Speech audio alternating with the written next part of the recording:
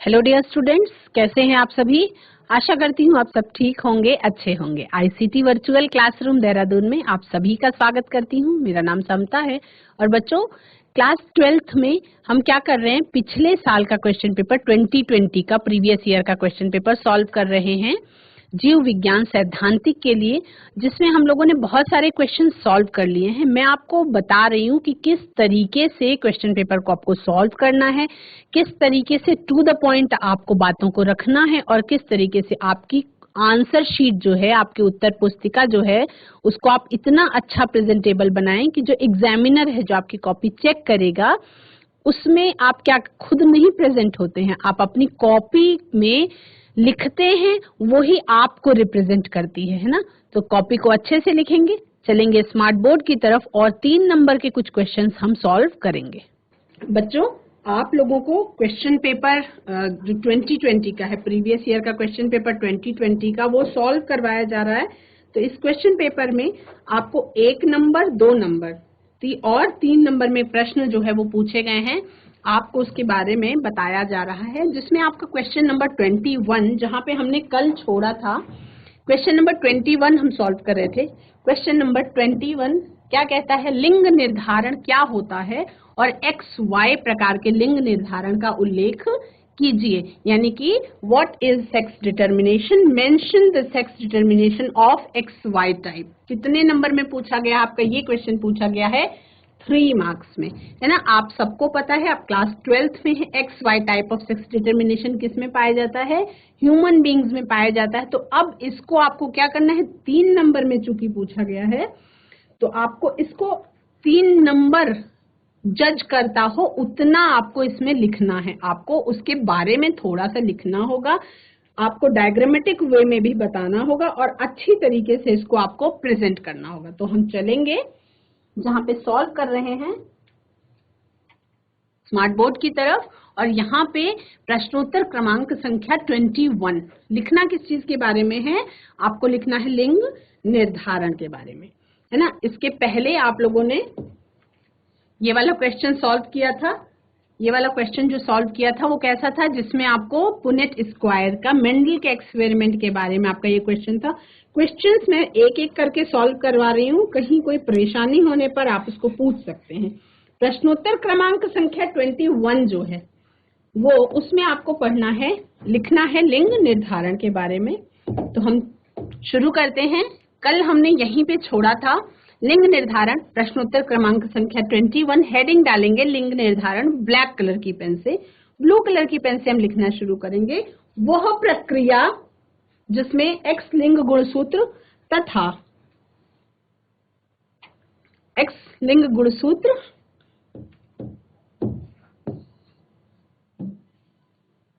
युक्त अंडाणु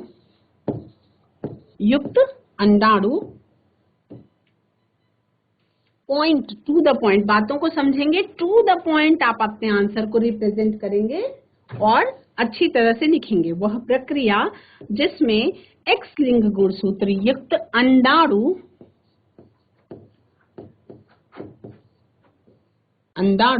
तथा एक्स या वाई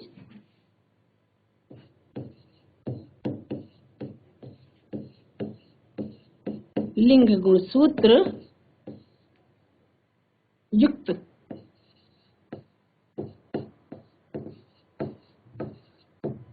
शुक्राणु के निषेचन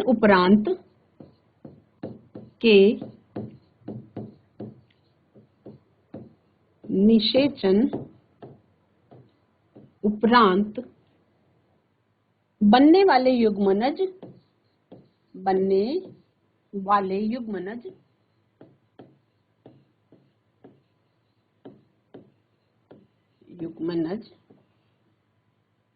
जिसको हम क्या कहते हैं, युग्मनज को ही हम जाइगोट कहते हैं।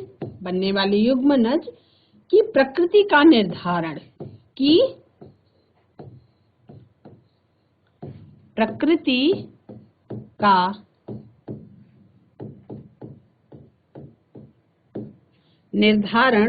होता है।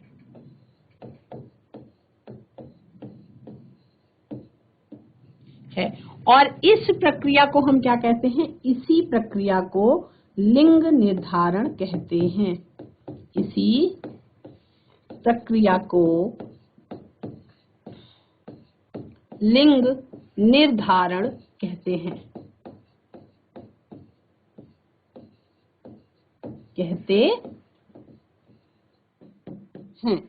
ठीक है।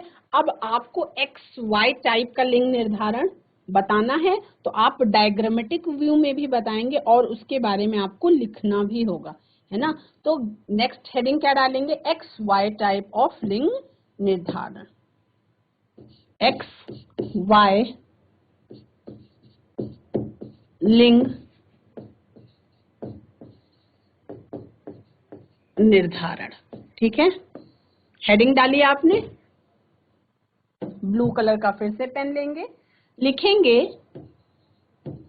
इस प्रकार का लिंग निर्धारण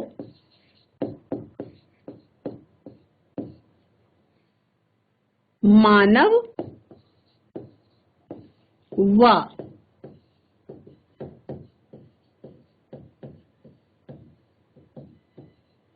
ड्रोसोफिला में पाया जाता है। इस प्रकार का लिंग निर्धारण मानव व ड्रोसोफिला में पाया जाता है। मादा में सभी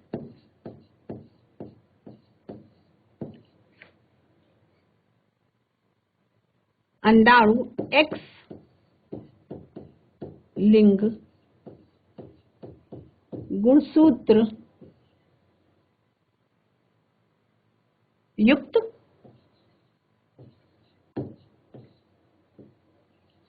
तथा नर में शुक्राणु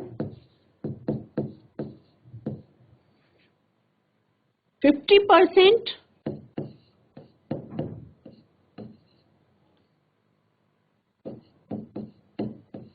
लिंग गुणसूत्र X और 50% कैसे होते हैं? Y वाले होते हैं। और 50% Y लिंग गुणसूत्र वाले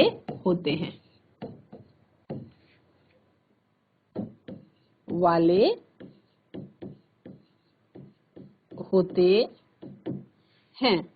ठीक है, इसके बाद आपको क्या लिखना है? अब आपको लिखना है युग्मनज की प्रकृति। युग्मनज यानी कि जाइगोट की प्रकृति इस बात पर निर्भर करती है, युग्मनज की प्रकृति इस बात पर निर्भर करती है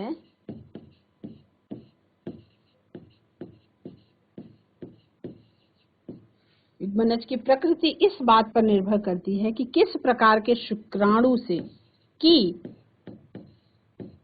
किस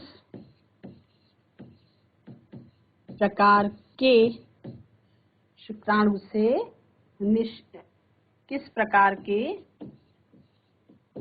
शुक्राणु से निषेचन हुआ है।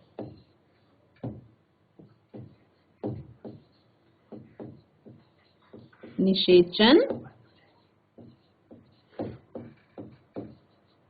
हुआ है। ठीक है, और लिखेंगे यदि X लिंग गुणसूत्र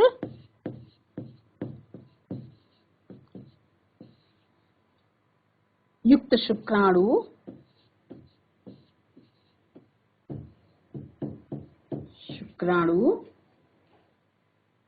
निषेचन करता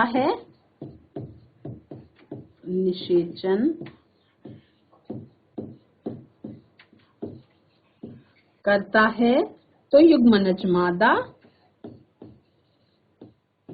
युग्मनज मादा तथा यदि Y लिंग गुणसूत्र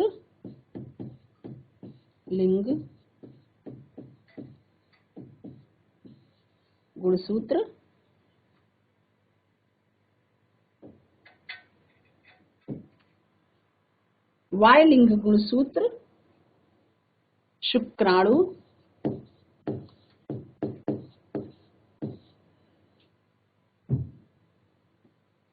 अंड निषेचित होता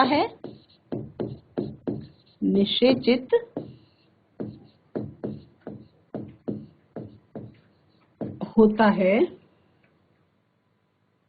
तो युग्मनज नर होता है ना, तो युग्मनज नर होता है। अब इस थ्योरी को आपको डायग्रामेटिक व्यू में भी क्या करना है, रिप्रेजेंट करना है। इसको आपको डायग्रामेटिक व्यू में भी रिप्रेजेंट करना है, क्योंकि क्वेश्चन कितने मार्क्स का पूछा गया था बच्चों, क्वेश्चन पूछा गया था 3 मार्क्स में, ठीक है। तो अब इसको हम लिंग निर्धारण का डायग्रामेटिक व्यू, उसमें आपको रिप्रेजेंट करना होगा। कैसे करेंगे देखते हैं। बात कर रहे हैं पेरेंट्स की। यहाँ पे यदि हम बात करें पेरेंट्स की, मेल, और इधर हम लिखेंगे फीमेल, ठीक है। यहाँ पे आप सबको पता है कि 23 पेयर्स ऑफ क्रोमोसोम प्रेजेंट होते हैं, जिसमें से कैसे प्रेजेंट होता है, 44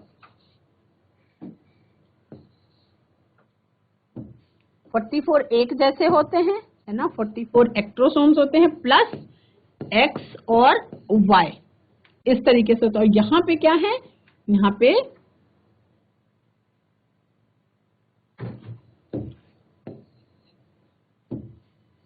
लिखेंगे 44A प्लस XY, और यहाँ पे लिखेंगे 44A प्लस XX, यानी कि जो 30वां जोड़ा है वो थोड़ा सा डिफरेंट है ना। अब इसमें किस तरीके के आपके गैमीट्स बनते हैं, किस तरीके के गैमीट्स बनेंगे, यहाँ पे क्या बनेगा 22A, ये डिप्लॉयड स्टेट थी और ये हैप्लॉयड स्टेट है, 22A प्लस यहाँ पे आ गया X, ठीक है, यहाँ पे आ गया 22A प्लस क्या आ गया Y, इस जगह पे ध्यान देंगे 22A प्लस Y, और इसमें भी इसी तरीके के गैमीट्स बनेंगे, फीमेल में भी ऐसे ही गैमीट्स बनेंगे। कैसे बनेंगे, 22A प्लस X, और इधर भी 22A प्लस यहाँ पे भी X, यानी कि क्या देख रहे हैं आप, ये देख रहे हैं कि डिफरेंस जो है वो मेल क्रोमोसोम में है, ना कि फीमेल क्रोमोसोम में। अब क्या होगा, अब यहाँ पे जब क्रॉस होता है तो कैसे सेक्स डिटर्मिनेशन होता है, कैसे लिंग का निर्धारण होता है। मान लीजिए ये गैमीट का फ्यूजन हुआ इस ओवम के साथ, ऑप्शन हो सकता है ये गैमीट का फ्यूजन हुआ ये ओवम के साथ, रिजल्ट्स क्या क्या होंगे, ये गैमीट का फ्यूजन हुआ आपका इसके साथ, और इसी गैमीट का फ्यूजन हुआ इसके साथ, तो फिर युग्मनज जो जाइगोट बन के आएगा वो उसका जेनेटिक स्ट्रक्चर क्या होगा, है ना। तो यहाँ पे हम देखेंगे कि जेनेटिक स्ट्रक्चर क्या हो रहा है।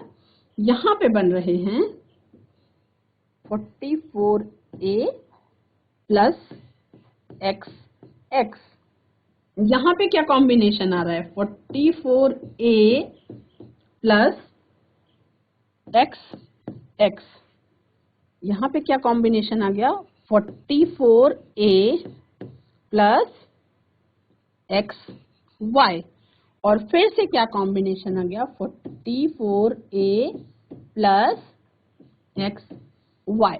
अब इसमें आपने क्या समझा, 50% चांसेस हैं बेबी बॉय के और 50% चांसेस हैं बेबी गर्ल के, ठीक है।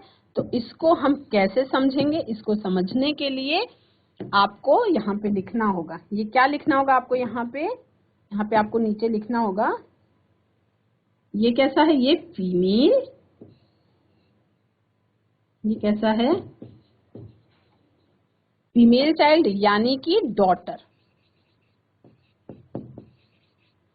और इसके बाद इधर आपका मेल चाइल्ड या सन। मेल चाइल्ड या सन। तो इस तरीके से डायग्रामेटिक व्यू में आपको लिंग निर्धारण को शो करना है। तो यहाँ पे आप लिख देंगे, जो चीज नीचे लिखेंगे मैं आपको साइड में लिख के दिखा रही हूँ। आपको यहाँ पे लिखना है लिंग निर्धारण का चित्रीय निरूपण या फ्लो चार्ट के माध्यम से आपने रिप्रेजेंट कर दिया।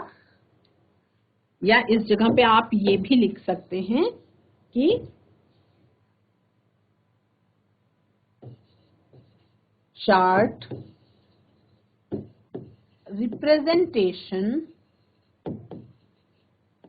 Representation of sex determination.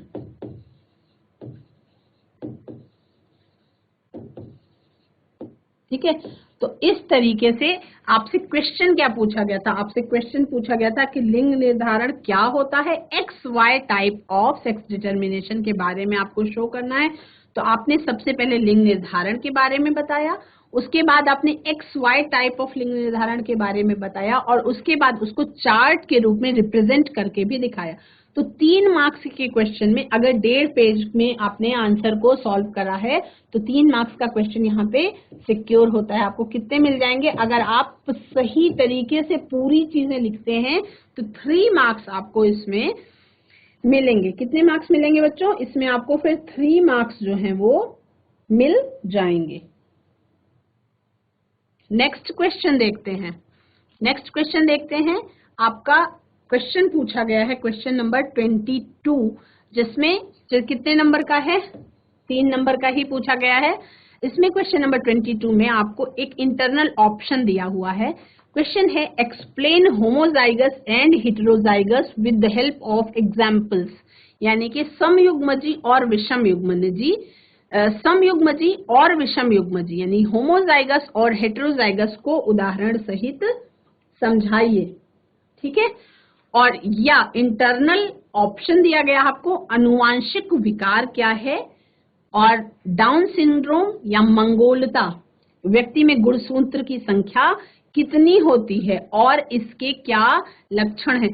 तो ये वाला क्वेश्चन सॉल्व करेंगे हम। अनुवांशिक विकार क्या है, डाउन सिंड्रोम यानी मंगोलता जिस व्यक्ति में ये डिसऑर्डर होता है, इसमें गुणसूत्रों की संख्या कितनी होती है और इसके क्या लक्षण हैं। What are genetic disorders? How many chromosomes are present in Down syndrome individual? What are their characters? कितने नंबर में पूछा गया है ये क्वेश्चन? आपका 3 नंबर में पूछा गया है। तो जो आप आंसर लिखेंगे वो इतना कंटेंट लिखेंगे कि 3 मार्क्स के लिए वो आपका सफिशिएंट होना चाहिए, है ना। तो हम करेंगे नेक्स्ट क्वेश्चन आपका प्रश्नोत्तर क्रमांक संख्या 22।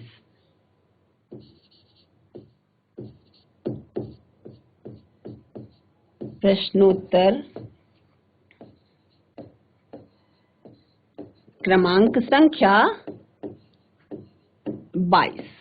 प्रश्नोत्तर क्रमांक संख्या 22 में आपको अनुवांशिक विकार के बारे में लिखना है। तो first you put on the heading अनुवांशिक विकार, और ये इसके लिए आप ब्लैक कलर की पेन का यूज करेंगे। अनुवांशिक विकार लिखेंगे, डैश देके आप क्या करेंगे उसके बारे में लिखेंगे। Then you use the blue colour pen, यहाँ पे लिखेंगे वे समस्त विकार,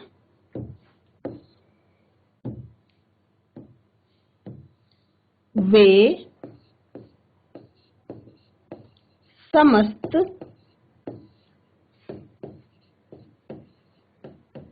विकार, वे समस्त विकार जो एक पीढ़ी से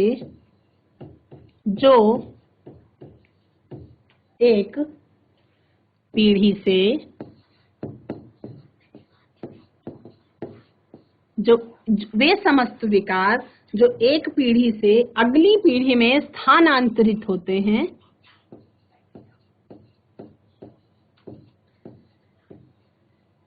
अगली पीढ़ी में स्थानांतरित होते हैं,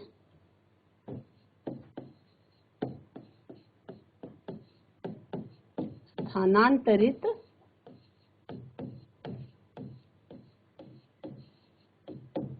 होते हैं। वे समस्त विकार जो एक पीढ़ी से अगली पीढ़ी में स्थानांतरित होते हैं आनुवांशिक विकार कहलाते हैं। क्या कहलाते हैं? आनुवांशिक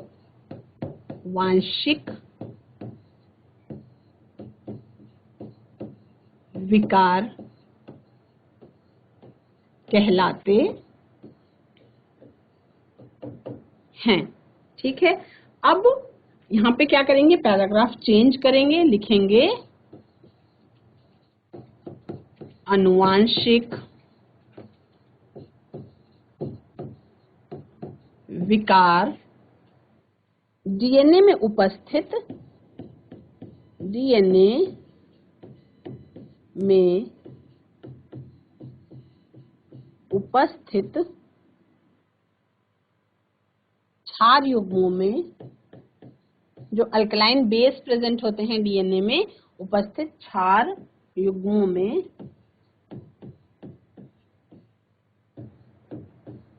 परिवर्तन के कारण,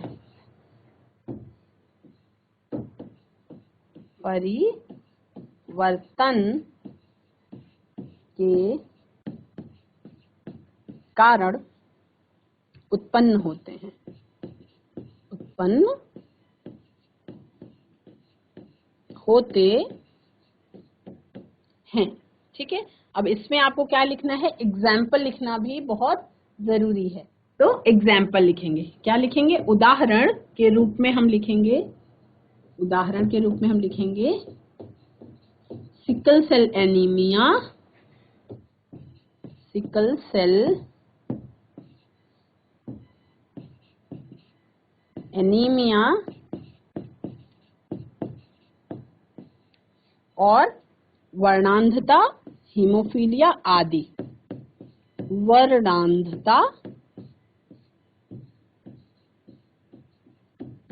हीमोफीलिया आदि। अब इसमें आपको डाउन सिंड्रोम वाला जो व्यक्ति है उसमें क्रोमोसोम्स की संख्या कितनी होती है वो आपसे पूछा गया है, तो वो भी आपको लिखना होगा, है ना। तो हम क्या करेंगे? हम लिखेंगे डाउन सिंड्रोम के बारे में। डाउन सिंड्रोम, डाउन सिंड्रोम के बारे में हम लिखेंगे। इसमें क्या लिखेंगे? डाउन सिंड्रोम का कारण क्या है? डाउन सिंड्रोम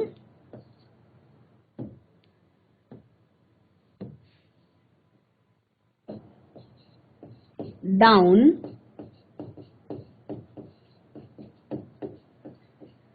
सिंड्रोम का कारण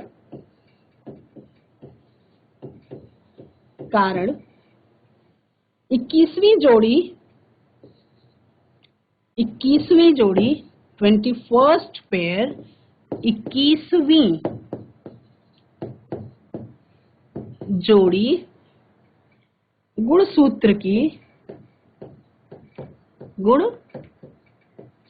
की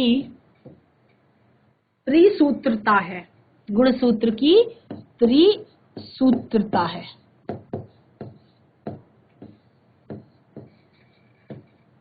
और इसमें क्या होता है? इसके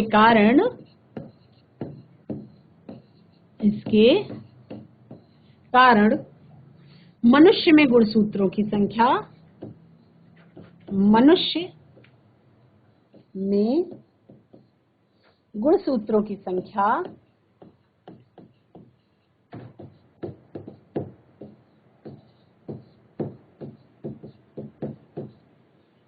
मनुष्य में गुणसूत्रों की संख्या कितनी होती है? नॉर्मली कितनी होती है? 46, लेकिन इसमें हो जाती है 47 हो जाती है।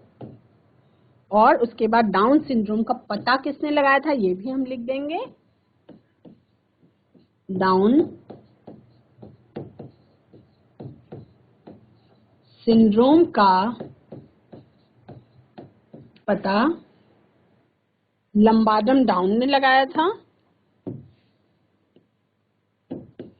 लंबाडम डाउन ने लगाया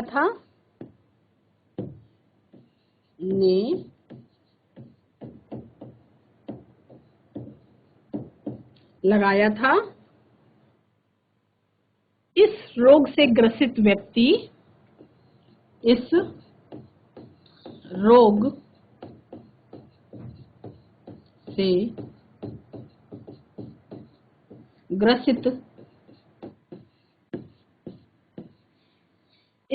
से ग्रसित व्यक्ति में क्या होता है?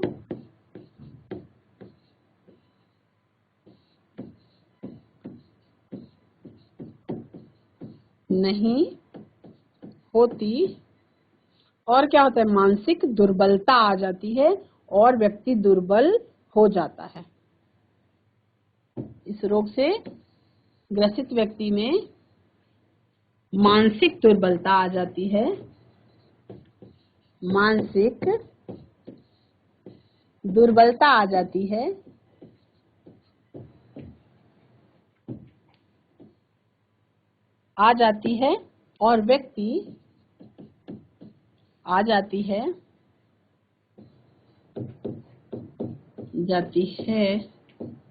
और व्यक्ति दुर्बल हो जाता है।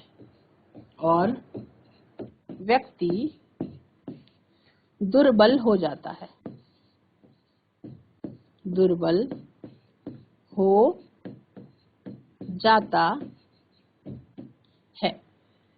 तो ये आपका क्वेश्चन नंबर कितना कंप्लीट हुआ? क्वेश्चन नंबर आपका 22 कंप्लीट हो गया। ये आपका क्वेश्चन नंबर 22 कंप्लीट हो गया। इसके बाद क्वेश्चन नंबर 23 को मैं आपको बोल के बताऊंगी। उसको मैं लिखूंगी नहीं क्योंकि उसको नोट डाउन करना जरूरी नहीं है, केवल सुन के समझ लेना जरूरी है। हम बात करेंगे क्वेश्चन नंबर 23 के बारे में।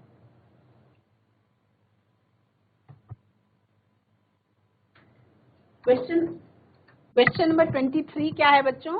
क्वेश्चन नंबर 23 है आपका किशोरों में अल्कोहल और शराब और ड्रग्स, जिसे हम मादक द्रव्य कहते हैं, उनके कुप्रयोगों की रोकथाम एवं नियंत्रण के लिए किन्हीं 3 उपायों का उल्लेख कीजिए। ठीक है। क्वेश्चन नंबर 23 क्या है? कहता है किशोरों में अल्कोहल, जिन्हें हम शराब कहते हैं, और ड्रग्स, मादक द्रव्यों के कुप्रयोग की रोकथाम एवं नियंत्रण के लिए किन्हीं 3 उपायों का उल्लेख कीजिए। तो इसके लिए आप आंसर शीट में क्या करेंगे? इसके लिए आंसर शीट में आप लिखेंगे प्रश्नोत्तर क्रमांक संख्या 23। प्रश्नोत्तर क्रमांक संख्या 23 लिखेंगे। और आप इसको, मैं बोर्ड में नहीं लिख रही हूँ, बता रही हूँ, आप चाहें तो उसको केवल हेडिंग नोट कर सकते हैं। लिखेंगे कि किशोरों में अल्कोहल व ड्रग्स के रोकथाम के लिए और नियंत्रण के लिए निम्नलिखित 3 उपाय हैं। ठीक है। पॉइंट नंबर 1 लिखेंगे। 3 उपायों के बारे में लिखेंगे, क्योंकि किन्हीं 3 उपायों का उल्लेख कीजिए ऐसा पूछा गया है। Mention any 3 measures which are useful for prevention and control of alcohol and drugs abuse among adolescents. यानी कि किशोरों की उम्र में जब उनको सही और गलत की समझ नहीं होती, तो क्या ऐसी 3 नियम हैं जिनको अपना करके आप इस तरीके से बच सकते हैं। पहला लिखेंगे, हेडिंग डालेंगे आवश्यक समकक्षी दबाव से बचें। यानी कि डैश, किशोरों की हमें विभिन्न कार्यों को करने के लिए आवश्यक दबाव नहीं डालना चाहिए। वो अपनी रुचि के अनुसार जो कार्य करना चाहता है उसे उस कार्य में प्रोत्साहन देना चाहिए और उसका समर्थन करना चाहिए। ठीक है। सेकंड पॉइंट लिख देंगे, शिक्षकों से परामर्श लें। हमेशा अपने मेंटर्स की या टीचर्स से सलाह लेनी चाहिए किसी भी समस्या के समाधान के लिए। तो डैश लगाएंगे, लिखेंगे अगर किसी बात को लेकर कोई समस्या है अथवा किसी विषय के बारे में आपको जानकारी लेनी है तो अपने शिक्षक से परामर्श लेंगे, उसकी सही पुष्टि करेंगे, यानी कि जिस चीज के बारे में आपको जानकारी चाहिए उससे रिलेटेड सब्जेक्ट के टीचर के पास जा करके सही जानकारी लेंगे और अधकचरी जानकारी से हमेशा बचेंगे। शिक्षकों द्वारा बच्चों की आकांक्षाओं का पूरा निवारण भी होना चाहिए। और पॉइंट नंबर 3 है कि पॉजिटिविटी को ध्यान रखेंगे, सकारात्मकता को अपनाएंगे। ये कैसा है, लिखेंगे डैश लिख के, ये एक ऐसी कुंजी है जो किसी व्यक्ति को सुधारने में और उसका जीवन बनाने में काम आती है। हमेशा अपना नजरिया अच्छी सोच से भरा हुआ होना चाहिए, तो हम जीवन में कभी भी निराश नहीं होंगे, है ना।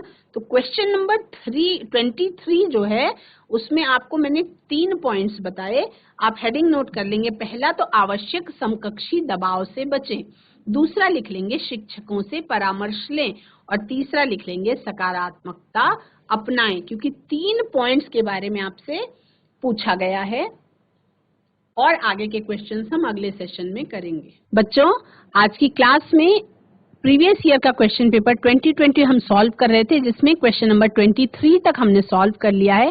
क्वेश्चन नंबर 23 में आपको 3 उपायों के बारे में पूछा गया जो मैंने आपको बता दिया है। आशा करती हूँ कि आपको क्वेश्चन पेपर समझ में आ रहा होगा और पिछले सालों के क्वेश्चन पेपर्स को सॉल्व करने से आपके एग्जामिनेशन की तैयारी अच्छी तो होती ही है, आपकी टाइम लिमिट का भी आपको पता चलता है, और सबसे बड़ी बात कि आपको कॉन्फिडेंस आता है, आपका आत्मविश्वास जो है वो बढ़ जाता है कि इसी तरीके का क्वेश्चन पेपर आना है और आपको उसको सॉल्व करना है। किस तरीके से आप अपने क्वेश्चन के आंसर को रिप्रेजेंट करेंगे वो भी आपको बताया जा रहा है। तो आज की सेशन से जुड़ने के लिए आप सभी का धन्यवाद। That's all for today. Have a nice day, take care. इन्हीं शुभकामनाओं के साथ आप सभी अपना ध्यान रखें और अच्छे से परीक्षा की तैयारी करते रहें।